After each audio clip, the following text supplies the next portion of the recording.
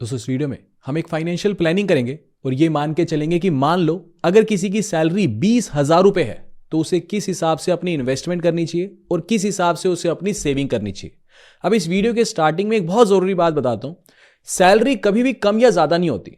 अगर मान लो कोई 20,000 रुपए महीने का कमा रहा है तो हम ये नहीं कहेंगे कि आपकी सैलरी कम है तो आप कम बचत कर पाओगे। देखो सैलरी कितनी भी हो, बचत तभी हो सकती है जब आप अपने खर्चों के ऊपर कंट्रोल करोगे। मतलब एक रियल एग्जांपल बताता हूं, मैं अपने फादर का एग्जांपल देता हूं। जब मेरी बैंक में नौकरी नहीं लगी थी ना, तब तक मेरे फादर की इनकम, या मान लो जिंदगी भर मेरे फादर की एक छोटी सी किराने की दुकान थी, ठीक है, लाइफ एक एग्जांपल दे रहा हूं, ठीक है आपको। तो मेरे फादर ने जिंदगी भर 15 से 20,000 रुपए ही कमाए हैं। और 15 से 20,000 रुपए के मतलब अगर 15 से 20,000 रुपए ही कमाए ना तो हमारी फैमिली का अच्छा खासा गुजारा हुआ है। और उसका मेन कारण क्या है कि मेरे फादर ने कभी भी अपने ऊपर कुछ फालतू खर्चा नहीं किया। मतलब अगर एक पैंट शर्ट सिलवा ली तो वो अगले 10 साल तक, जब तक वो घिस नहीं जाती तब तक वही डालते रहे। कभी भी, मतलब मेरे फादर बताते हैं कि घर से दुकान, दुकान से घर, कभी भी ऐसा नहीं हुआ कि दुकान से घर आ रहे हैं तो रास्ते में कहीं पे फास्ट फूड की कोई मतलब कार्ट दिख गया या फास्ट फूड की दुकान दिखी तो चलो ये ले लिया। मतलब जो है घर का खाना खाना है। बाजार में फालतू के खर्चे नहीं, फालतू के ऐसे नहीं कि जूते हैं, महंगे फोन हैं, वो फालतू के खर्चे नहीं। अच्छा, ना मेरे फादर अल्कोहल कंजम्पशन करते, ना मेरे फादर स्मोकिंग करते। तो ये जितने भी यूजलेस एक्सपेंस थे ये हमारी फैमिली में कभी हुए ही नहीं। अगर 15 से 20,000 रुपए आ रहे हैं ना तो उसके अंदर, क्योंकि चलो किराने की दुकान थी तो जो घर का थोड़ा बहुत राशन होता था वो दुकान से आ जाता था, बट ये कोई ज्यादा इनकम थोड़ी है। इस इनकम से अगर आप स्टेबल चलते हो, मतलब आप इधर उधर नहीं भटकते, मतलब अगर हमारी कमाई कम है तो हमारे बेफालतू के खर्चे अगर नहीं है तो हमें, मैं टू बी वेरी ऑनेस्ट बता रहा हूं, कभी भी एजुकेशन से रिलेटेड कभी हमें कोई चैलेंज फेस नहीं करना पड़ा। कभी ऐसी नौबत नहीं आई जिंदगी में कि किसी रिश्तेदार की हेल्प लेनी पड़ी। एजुकेशन इवन अच्छे कॉलेज से मैंने ग्रेजुएशन की और एमबीए मैंने बैंगलोर से जाके करी। तो आप ये समझो कि कभी मेरे को चैलेंज नहीं आया। उसके बाद तो चलो फिर बैंक में सिलेक्शन हो गया तो फिर अच्छी सैलरी होगी, फिर धीरे धीरे करके ये यूट्यूब स्टार्ट कर लिया तो फिर तो चलो भगवान की दया से दिन बदल गए। लेकिन मेन चीज क्या मैं आपको बताना चाहता हूं कि कभी भी हमें ये नहीं सोचना कि हमारी सैलरी कम है तो सैलरी कम है तो फिर मैं बचत कर ही नहीं सकता। इस वे से मेरे को अपनी अप्रोच नहीं रखनी। अच्छा, दूसरी बात, एक चीज तो ठीक है, अभी हम देखेंगे कि हमें कैसे बाइफर्केशन करना चाहिए कि मान लो अगर मेरी सैलरी 20,000 रुपए है तो मुझे कैसे बाइफर्केशन करना चाहिए, कैसे अपनी सेविंग करनी चाहिए, कैसे इन्वेस्टमेंट करनी चाहिए। लेकिन पॉइंट नंबर 2 हम ये भी लेके चलेंगे कि हम आज की डेट में, ठीक है, आज की डेट में अगर कोई 20,000, 10,000, 15,000 कमा रहा है तो ऐसा नहीं है कि वो हमेशा इसी सैलरी पे रहेगा। ठीक है, हमें अगर आज कोई 20,000 कमा रहा है तो उसको डाउन द लाइन ये अप्रोच रखनी पड़ेगी कि मेरी सैलरी ग्रेजुअली कैसे इंक्रीज होगी। भी आज 20 है, 25 हो, 30 हो, 35, 40, 50, धीरे धीरे करके कैसे मैं अपनी सैलरी को इंक्रीज करूंगा, इसके ऊपर भी तो हमें फोकस रखना है। ठीक है, हम ये थोड़ी कहेंगे कि आज 20 कमा रहे हैं तो हम 20 ही कमाते रहेंगे। अगर मैं, जैसे जो मेरे साथ के बच्चे थे जिन्होंने जो आईटी स्ट्रीम से थे, उस टाइम आईटी का आज भी बूम है, तो 10-12 साल हो गए मेरे को ग्रेजुएशन करे, तो उस टाइम पे 8-8 हज़ार रुपए में मेरे जो साथ के बैचमेट्स थे वो आईटी कंपनी में लगे। तो उस टाइम तो हम कई बार मजाक भी बनाते थे कि ये गुड़गांव में नौकरी करने के पैसे दे रहा है। भी 8,000 तो इसको सैलरी मिलती है, रहने का, खाने पीने का मिला करके उसका 10-12 हज़ार रुपये का खर्चा हो जाता है। तो हम कई बार मजाक कर देते थे कि ये तो नौकरी करने के पैसे दे रहा है। बट धीरे धीरे अपनी स्किल इंप्रूव करते करते आज वही जितने भी मेरे दोस्त हैं कम से कम 2.5 से 3 लाख रुपए महीने का कमा रहे हैं। अब उनकी शादियां भी होगी, पार्टनर भी वही आईटी स्ट्रीम की मिली है लड़कियां, तो वो भी 2.5 से 3 लाख रुपए कमा रही हैं। तो ऑल टुगेदर 5-6 लाख रुपए की महीने की इनकम होगी। तो स्किल के ऊपर जोर दिया, ठीक है, धीरे धीरे करके। ऐसा थोड़ी कि 8,000 कमा रहे हैं तो 8,000 ही कमाते रहे। धीरे धीरे हमें अपनी स्किल को भी तो इंप्रूव करना है, ठीक है, तभी तो हम अपनी सैलरी को इंक्रीज करेंगे। अब कोई व्यक्ति जॉब कर रहा होता है तो अपनी स्किल को इंप्रूव करके अच्छी पोजीशन पे जाता रहता है। कोई जॉब करता है वो कुछ ना कुछ स्किल इंप्रूव करके कहीं ना कहीं बिजनेस की लाइन में निकल जाता है। तो इट ऑल डिपेंड्स, ठीक है, बट हमें अपनी स्किल को भी तो इंप्रूव करना है ना। तो वो चीज है। अब ये चीजें एक आपको टाइम भी इन्वेस्ट करना होगा। अर्ली एज में अगर कोई है जो वीडियो देख रहा है, मान लो आज 20,000 कमा रहा है, सैटरडे और संडे अगर मान लो उसको छुट्टी मिलती है अपने ऑफिस से, तो कुछ उसके जो दोस्त होंगे वो सैटरडे संडे एंजॉय करेंगे, क्लब्स में जाएंगे, मूवीज देखेंगे। लेकिन अगर आप इस टाइम को यूटिलाइज कर लो, ये clubs, movies, time waste, shopping, EMI पे सामान लेना, ये सब चीजों को अगर आप एडजस्ट कर लो कि मुझे नहीं करना, एक तो आपको पैसा बचेगा, दूसरा, ये जो टाइम आपको मिल रहा है सैटरडे संडे, इस टाइम अगर आप अपने अंदर कहीं ना कहीं इन्वेस्ट कर सको, कोई नया कोर्स सीख सको, या फिर मान लो कोई भी नई स्किल खुद से सीख सको। मैं ये नहीं कहता कि पेड कोर्सेज परचेज करो, कुछ भी, जिस भी फील्ड में आप हो उसमें अगर आप खुद को एनहांस कर सको, मान लो कहीं जॉब करते हो तो एक्सेल सीखो, एक्सेल के नए एडवांस वर्जन सीखो, है ना। तो इस तरीके से उस टाइम को अगर आप यूटिलाइज करोगे तभी तो आप अपनी लाइफ के अंदर ग्रोथ ले पाओगे। अगर मैं अपनी बात करूं तो जब मैं बैंक में जॉब करता था, ठीक है, तो to be very honest, bank में ऑल्टरनेट सैटरडे, सेकंड और फोर्थ सैटरडे जैसे ऑफ होता था।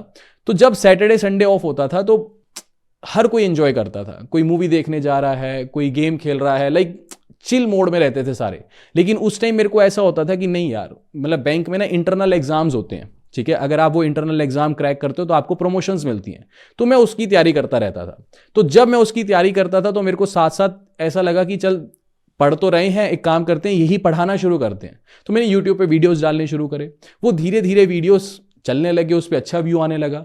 तो वही चीज़ है, वो जो सैटरडे संडे तैयारी करी, वही पढ़ाई करी और वही पढ़ाना शुरू किया, तो लोगों को पसंद आया कि हाँ काफ़ी अच्छा पढ़ा रहे हो। तो धीरे धीरे करके एक आज 2 मिलियन की फैमिली हो चुकी है। तो वो जो सैटरडे संडे हमने एडजस्ट किए उस टाइम पे, ठीक है, अब होने को तो सैटरडे संडे है, छुट्टी है, कोई पूछने वाला नहीं है, आप मूवी देखो, घूमने जाओ, क्लब में जाओ, कुछ भी करो, बट सैटरडे संडे एडजस्ट किया, पढ़ाई करी, फिर पढ़ाना शुरू किया, ठीक है, 5 दिन काम किया बैंक का, फिर 2 दिन खुद पढ़े पढ़ाया, वो भी एक तरह से काम ही हो गया। तो धीरे धीरे करके वो सैटरडे संडे इतने बेनिफिशियल हो गए कि मेरे को कोई चैलेंज नहीं आया, आंख बंद करके मैंने बैंक की नौकरी छोड़ दी। इवन मेरे घर वाले स्टार्टिंग में कहते थे कि बैंक की नौकरी कौन छोड़ता है, लेकिन ऑब्वियस ही बात है कि जब यूट्यूब पे इतना प्यार मिलने लगा, यूट्यूब पे फैमिली इतनी बड़ी हो गई, तो वो जो सैटरडे संडे थे वो बहुत ज्यादा यूटिलाइज हो गए, ठीक है। तो मोटी बात क्या है, सैलरी कम ज्यादा नहीं होती। अगर कोई 10,000 कमा रहा है, 15 कमा रहा है, 20,000 कमा रहा है, जो भी कमा रहा है, ठीक है, पहली चीज तो हम कभी भी इसी सैलरी पे जिंदगी भर स्टक नहीं रहने वाले। दूसरी बात, ये कभी नहीं होता कि सैलरी कम है, ये डिपेंड करेगा कि मैं बचा कितने रहा हूं, मेरा पोटेंशियल कितना है उसको बचाने का, ठीक है। तो उस अप्रोच से हम चलेंगे। अब एक बार स्टार्ट करते हैं वीडियो को, थोड़ा सा बाइफर्केशन करते हैं। देखो, मान लो अगर किसी की सैलरी 20,000 रुपए है, ठीक है जी, तो इसमें से मैं मान के चल रहा हूं कि 50% जो पैसा है, यानी 10,000 रुपए तो हम मान के चल रहे हैं कि जी ये तो हमारा एक्सपेंस में चला जाएगा, कि उसके अंदर रेंट भी आप भरोगे, electricity bill, recharge, food, travel, बहुत सारे खर्चे हैं। तो हमें 50% ऑफ द सैलरी हमें अपने एक्सपेंस के लिए एडजस्ट कर लेनी है। अब इस फिगर को आप 20,000 लेके चलो, 30,000 अगर कोई कमा रहा है तो वो 15,000 पे, क्योंकि उसका लाइफस्टाइल फिर उस हिसाब से ही चलता रहता है, ठीक है। अगर कोई 1 लाख रुपए कमा रहा है तो उसका 50,000 रुपए इन खर्चों में चला जाता है। तो ये लाइफ लॉन्ग चलता रहेगा। अगर आप 10 लाख कमाओगे महीने का तो भी 5 लाख रुपए आपका खर्च हो जाने वाला है। 10,000 कमाओगे महीने का तो 5,000 में भी एडजस्ट करोगे। तो ये सिंपल सी कैलकुलेशन है कि जितना आप कमा रहे हो 50% आपका पैसा, आपका लाइफस्टाइल वैसा हो जाएगा, वो आपके एक्सपेंस में चला जाएगा। आप कोई 20,000 कमा रहा है तो मैं यह मान के चल रहा हूं कि 10,000 रुपए तो एटलीस्ट मेरा एक्सपेंस में चला गया। बचा हुआ जो 10,000 है, इसको मैं बाइफरकेट करूंगा 4 पार्ट्स में। पहला 15% एक जगह हिस्सा डालेंगे, दूसरा 15% एक जगह डालेंगे, 10% एक जगह डालेंगे और 10% एक जगह डालेंगे। यानी 3,000 रुपया एक जगह डालूंगा, 3,000 रुपया एक जगह डालूंगा, फिर ये 10% यानी 2,000 अलग डालूंगा और 2,000 अलग डालूंगा। इस तरीके से बाइफर्केशन करूंगा। पहला जो 15% है, यानी जो पहला 3,000 रुपया है, ये मैं इसको डालूंगा इमरजेंसी फंड के अंदर। देखो, इमरजेंसी फंड बेसिकली ये बोला जाता है कि जितनी आपकी सैलरी है, जैसे हमारे केस में 20,000 रुपए हमारी सैलरी है, तो इसका 5 to 6 टाइम्स, ठीक है, यानी कि 5 to 6 टाइम्स, यानी अगर 20,000 सैलरी है तो 1 लाख रुपए से लेके 1,20,000 रुपए तक ये मेरे पास हमेशा इमरजेंसी फंड मेंटेन रहना चाहिए। यानी मेरे अकाउंट में एक क्लिक पे 1 लाख या 1,20,000 रुपया रेडी रहना चाहिए। अगर इन केस भगवान ना करे कल को मेरी नौकरी चली जाए, कल को कोई मेडिकल इमरजेंसी आ जाए, या कुछ भी हेल्थ कंडीशन वगैरह कोई भी चैलेंज अगर आ जाता है, तो ये 1.25 लाख रुपया मेरे पास हमेशा रेडी होना चाहिए। अगर मैं 20,000 रुपये कमा रहा हूं, ऐसे ही अगर कोई 50,000 कमा रहा है तो उसका 5 to 6 टाइम कर लेना, लाख रुपए कमा रहा है तो फिर 5 to 6 टाइम, वो आप सैलरी के अकॉर्डिंग कर लेना, ठीक है। अभी हम 20,000 का एग्जाम्पल लेके चल रहे हैं, तो हमने एक इमरजेंसी फंड बनाना ही बनाना है। अच्छा, अब एक चीज, मान लो आज किसी की नौकरी लगी है और 20,000 रुपये उसकी सैलरी है जी, ठीक है। तो ऐसा नहीं करना कि चलो 10,000 रुपये तो हर महीने खर्चा निकल ही रहा है, अब बचे हुए 10,000 में से मान लो मेरा पोटेंशियल है महीने का 8,000 बचाना, तो ऐसा नहीं करना कि पहले इमरजेंसी फंड भरना है, 8 का 8,000 रुपये हम इसके अंदर डालते रहेंगे। नहीं, हमने सिर्फ 15% पैसा ही निकालना है। इमरजेंसी फंड भी हमें बनाना है, समझ रहे हो बात को? जब ये 1-1.25 लाख रुपए इकट्ठा हो जाएगा फिर हम इस इमरजेंसी फंड में पैसा डालना बंद कर देंगे। अभी हम सिर्फ 15% पैसा ही इस इमरजेंसी फंड के अंदर डाला करेंगे, यानी ये महीने के 3,000 रुपए बनते हैं। अगर मैं साल भर इसको कंटिन्यू कर लूं तो 36,000 रुपए में एक साल के अंदर इस इमरजेंसी फंड में कॉन्ट्रीब्यूट कर सकता हूं। अब ये जो फंड है ये इमरजेंसी के लिए है, तो इस फंड को मैं ऐसा नहीं करूंगा कि मैं 3,000 रुपए अगर इसके अंदर डाल रहा हूं तो मैं ऐसा नहीं करूंगा कि इसकी मैं SIP चला लूं, क्योंकि SIP लॉन्ग टर्म इन्वेस्टमेंट के लिए होती है। ठीक है, हो सकता है आप जब SIP चला रहे हो मार्केट ऊपर जा रही हो, लेकिन जब आपको जरूरत है तो मार्केट नीचे आ रखी है, तो फिर उस टाइम लॉस हो जाता है। तो SIP हम इसके लिए नहीं चलाएंगे। देखो आइडियली इसके लिए आप वैसे पैसा सेविंग्स अकाउंट में रख सकते हो, बट सेविंग्स अकाउंट में मैं आपको सजेस्ट नहीं करूंगा, क्योंकि अर्ली एज है आपकी। ठीक है, अगर आप अर्ली एज में हो, ठीक है, मतलब आप 25-26 साल के हो, तो उस टाइम पे सेविंग्स अकाउंट में रखा पैसा तो धड़ल्ले से खर्च हो जाता है।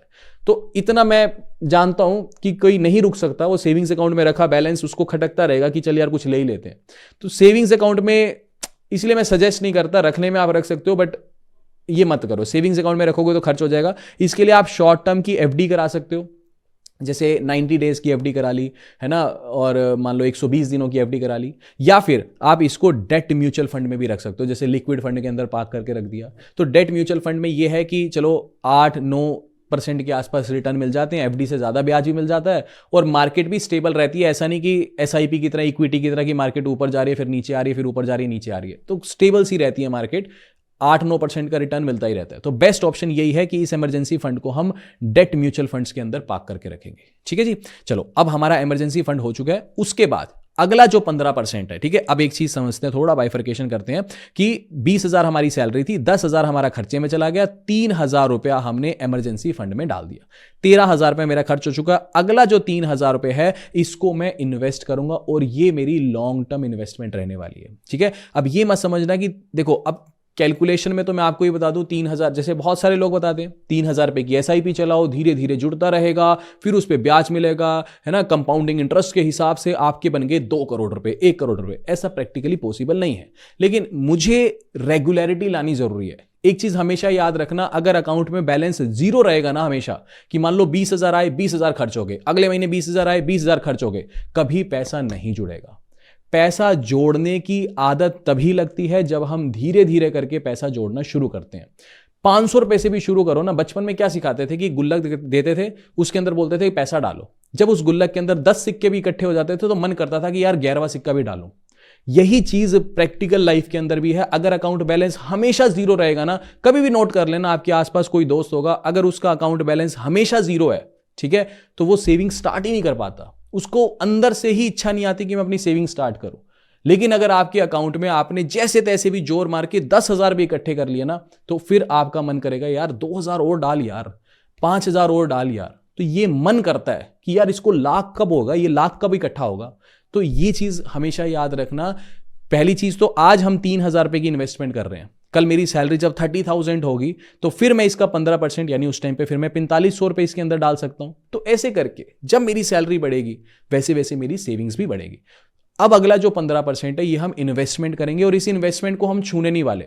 आज अगर कोई 22-23 साल का है तो इसको ये मान के चलो कि ये मेरे शादी के टाइम काम आएगा, या अगर मैं तब भी बच गया खर्चों से, मतलब अगर मान लो एडजस्ट हो गए खर्चे भारों भार, तो फिर जब मेरे बच्चे होंगे तब काम आएगा। यानी इसको हम ब्रेक नहीं करने वाले। ये हमारी 8, 10, 12, 15 साल की इन्वेस्टमेंट होने वाली है कि आज शुरू हो गई तो बस ये चलती ही चली जाएगी। ठीक है, तो 3,000 रुपये हम इसमें इन्वेस्ट करेंगे। अब इन्वेस्टमेंट को मैंने थोड़ा सा अच्छे से बाइफरकेट कर दिया। ठीक है, मेरा ये मानना है अगर 3,000 आप इन्वेस्ट कर रहे हो तो 1,000 रुपए की तो आप इक्विटी में SIP स्टार्ट करो, किसी भी अच्छे से म्यूचुअल फंड में। वो आपके ऊपर डिपेंड करता है आप कौन सा फंड सेलेक्ट करते हो।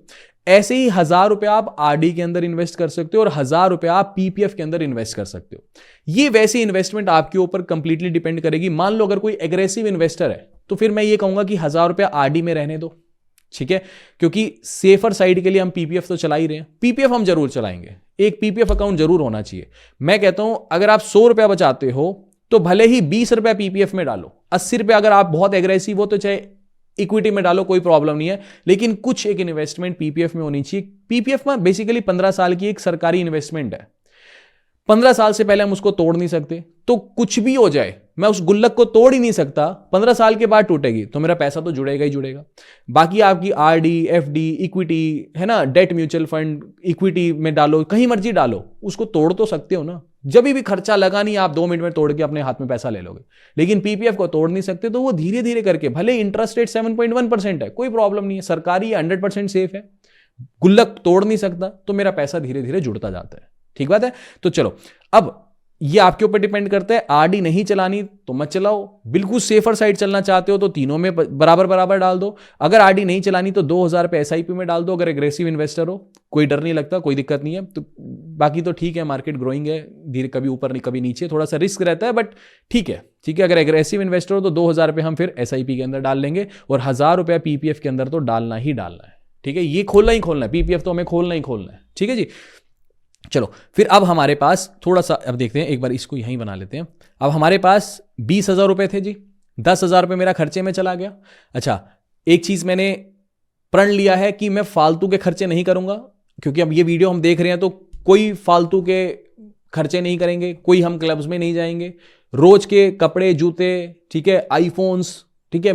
बहुत वीडियो मैंने बनाई है इंस्टेंट लोन एप्लीकेशन के ऊपर, बहुत सारे कमेंट आते हैं कि इवन मेरे को ऐसे यंगस्टर्स तो ऐसा हो रखा है इस टाइम पे कि मान लो 50, 60, 70 हजार रुपए का आईफोन ले लिया जी, सैलरी मान लो 15,000 है, इंस्टेंट लोन है पकड़ी, लोन पकड़ लिया, उसके बाद इसको डिफॉल्ट करने से भी नहीं डरते, बोलते हैं कि डिफॉल्ट कर दिया तो कर दिया, क्या कर लेगी। अरे भाई, आपका सिविल स्कोर खराब हो जाएगा।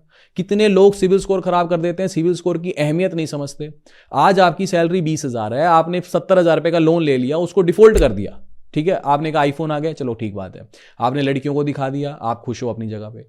अब आप 70,000 रुपए के पीछे अपने सिविल स्कोर को खराब करके बैठ चुके हो। अब लाइफ है भाई, आज आप 20, 22, 25 साल के हो, ठीक है। जब आप 30, 35 साल की एज में जाओगे, कुछ अच्छा कमाने लगोगे, अच्छी आपकी नौकरी होगी, अच्छी आपकी सैलरी होगी, बिजनेस कर रहे हो तो अच्छी आपकी इनकम होगी, उस टाइम पे आपको एहसास होगा यार, बिजनेस एक्सपेंड करने के लिए खुद का पैसा नहीं चाहिए होता, बैंक का ही पैसा चाहिए होता है। उस टाइम आपको 1 करोड़ 2 करोड़ रुपए के जब लोन की जरूरत पड़ेगी ना, तब आपको देंगी इंस्टेंट लोन ऐप लोन्स, कोई नहीं देगा। इंस्टेंट लोन ऐप की क्या लिमिट है, हद से हद 4-5 लाख रुपए का लोन दे देंगी। तो लाइफ के उस हिस्से में जाके सोचो कि डाउन द लाइन 10-15 साल के बाद लाइफ की क्या जरूरत है। उस टाइम पे आप समझना यार, ये आज आप नहीं समझोगे, बैंक आपको 7 या 8% पे लोन दे देता है। लैप लेना है मान लो, लोन अगेंस्ट प्रॉपर्टी, तो 9% पे दे देगा। यही आपकी इंस्टेंट लोन ऐप 15, 20, 25, 30% पे देती है, और मार्केट से पैसा उठाया तो फिर तो 40-50% पे मिलता है। सिविल खराब करके बैठ गए हो, बैंक लोन देगा नहीं, इंस्टेंट लोन ऐप भी नखरे करेगी, मार्केट से पैसा उठाओगे इतनी महंगी ब्याज दर पे, उस टाइम बिजनेस करोगे कि ईएमआई भरते रहोगे। तो सिविल स्कोर की भी अहमियत समझो। इसलिए मैं बोल रहा हूं, शौक एक्स्ट्रा मत पालो कि आईफोन लेना है, ब्रांडेड जूते लेने हैं, हर महीने जो सैलरी आ रही है वो खत्म हो जा रही है। उस अप्रोच से हमें नहीं चलना कभी भी, फिर हम पैसा इकट्ठा नहीं कर पाएंगे, स्किल इंप्रूव नहीं कर पाएंगे, और कहीं ना कहीं इंटरनल, जिसको बोलते हैं ना, डिप्रेसिव माइंड रहता है फिर। ठीक है ना, पैसा होगा अकाउंट में तो आप भी खुश रहोगे, एंथुजियाज्म रहेगा आपके अंदर, कुछ नया सीखने का हमेशा मन करेगा। ठीक है, तो चलो, अभी तक हम अप्रोच रख चुके थे, 20,000 हमारे पास थे, 10,000 का हम खर्चा कर चुके थे, 3,000 रुपये हम इमरजेंसी फंड में हर महीने डाल रहे हैं, और 3,000 रुपये की अब हम इन्वेस्टमेंट कर रहे हैं। अगला जो हिस्सा है वो हमारा 10% का है, ये हम रख रहे हैं फ्यूचर गोल्स के लिए। हम कोई लोन नहीं लेने वाले अर्ली एज में। लोन देखो यार, ये 20-50 हजार के लोन शौक पूरे करने के लिए तो कभी नहीं लेने चाहिए। भगवान ना करे किसी को मेडिकल इमरजेंसी है, कुछ प्रॉब्लम है, तो एक चीज समझ आती है कि मजबूरी में लेना पड़ रहा है, बट शौक पूरे करने के लिए हमें कभी लोन नहीं लेने। ये फ्यूचर गोल्स है ना, ये 10% पैसा इसके अंदर डालेंगे, यानी हर महीने 2,000 रुपया मैं अपने फ्यूचर गोल्स के लिए डालूंगा। मान लो मेरे को आईफोन लेना है, मेरे को कोई भी चीज लेनी है, कोई टीवी लेना है, एलईडी कुछ भी लेना है, ये धीरे धीरे करके जब मेरे 40-50 हजार इकट्ठे हो जाएंगे 1-1.5 साल के बाद, 2 साल के बाद, तब धीरे धीरे करके मैं अपने फ्यूचर गोल्स को पूरा करूंगा। ऐसा थोड़ी आज 2,000 डाल रहा हूं, कल को मेरी सैलरी 30,000 हो जाए तो फिर 10% डालूंगा, तो फिर हर महीने 3,000 रुपये भी डाल पाऊंगा। सैलरी 40,000 हो जाए तो हर महीने 4,000 भी डाल पाऊंगा। तो फ्यूचर गोल के लिए यही एक तरीका है कि हर महीने आप 10% पैसे को इसके अंदर सेव करो। ठीक है, क्योंकि बोला भी जाता है ना कि अगर मान लो आपको कोई बड़ी गाड़ी चाहिए, मान लो आपको 1 करोड़ रुपए की गाड़ी चाहिए, तो आप ले लो, कोई चैलेंज नहीं है। माना डेप्रिशिएटिंग एसेट है, लेकिन शौक भी बहुत बड़ी चीज है, आप ले लो, लेकिन कब लो, जब आपके पास इसका 10 टाइम्स पैसा बैकअप में पड़ा हो। यानी आप ये कह सको कि आज ऐसी ऐसी 10 गाड़ियां अपने घर में खड़ी कर सकता हूं, तब जाकर के एक गाड़ी ले आओ। बोला जाता है ना ये फाइनेंशियल एडवाइस के अंदर। तो वही चीज़ है कि 10% पैसा हम फ्यूचर गोल के लिए सेव कर रहे हैं। सिंपल सी चीज़ है, जब वो पैसा इकट्ठा हो जाएगा मैं जाकर के अपने शौक पूरे कर लूंगा, क्योंकि मैं तो हर महीने 10% पैसा निकाल ही रहा हूं अपने फ्यूचर गोल के लिए। करेक्ट है, ठीक है जी। अच्छा, अब इसके बाद ये सबसे जरूरी चीज है कि जी मेरे को स्किल इंप्रूवमेंट भी तो करनी है। 10% आखिरी का जो पैसा है 2000 रुपया, ये मैं हर महीने अपनी स्किल इंप्रूवमेंट में लगाऊंगा। मान लो मेरे को एक्सेल का कोर्स लेना है, एक्सेल का कोर्स लूंगा। मेरे को कोई और चीज सीखनी है, जिस भी फील्ड में आप हो, ठीक है, जिस भी फील्ड में आप हो, वो चीज अगर आप सीखना चाहते हो उसके अंदर आपको इन्वेस्ट करना है। मैं जब बैंक में जॉब करता था, मैंने दूसरी तीसरी वीडियो बनाई थी, तो पहली तो क्या बोलते हैं, एक वाइट बोर्ड पे बनाई, मज़ा नहीं आया। तो फिर मैंने ये राइटिंग पैड लेके आया। उस टाइम कोई पेमेंट नहीं आती थी, ठीक है, यूट्यूब से तो कुछ नहीं आता था, बट ये राइटिंग पैड कुछ 4 या 5 हज़ार रुपये का आया था। तो बट ये मैंने इन्वेस्ट किया ना, इससे मतलब आप समझो कहीं ना कहीं ये एक स्किल इंप्रूवमेंट भी कह लो कि भाई ये कैसे चलेगा, लैपटॉप में कौन सा सॉफ्टवेयर डलेगा, कुछ नहीं पता था, ये सीखा। तो इसको कुछ इस तरीके से कि कुछ आप नया ट्राई कर रहे हो, तो वो एक स्किल इंप्रूवमेंट का पार्ट है। या मान लो आपको कुछ सीखना है, जिस भी फील्ड में आप काम कर रहे हो उसके अंदर इन्वेस्ट करो। इंग्लिश कम्युनिकेशन आपको करनी है, आपको लगता है कि अगर मैं बहुत अच्छी इंग्लिश बोलूंगा तो मेरे को ज्यादा प्रमोशन मिलेगा अपनी कंपनी के अंदर। तो बहुत सारी चीजें, आजकल एआई बहुत ज्यादा चला है, तो एआई के कोर्सेज आप कर सकते हो अगर काम के हैं तो, ठीक है। अगर वीडियो एडिटिंग से कोई लेना देना नहीं है तो ये लियोनार्डो, ठीक है, ये चैट जीपीटी, सोरा वगैरह, फिर इसका कोई काम नहीं है। तो देखो आप किस फील्ड में हो, उस फील्ड के अंदर आप अपने आप के अंदर इन्वेस्ट करो, ये बहुत जरूरी चीज है, ठीक है। तो ये सारी की सारी चीजें थी, बट उम्मीद करूंगा आपको ये वीडियो इन्फॉर्मेटिव लगी होगी, ठीक है। और अगर इन्फॉर्मेटिव लगी है तो प्लीज वीडियो को लाइक और चैनल को सब्सक्राइब जरूर करना। बाकी मिलते हैं आपसे अगली वीडियो में। अभी के लिए this is end of the video. Thanks for listening and thank you all.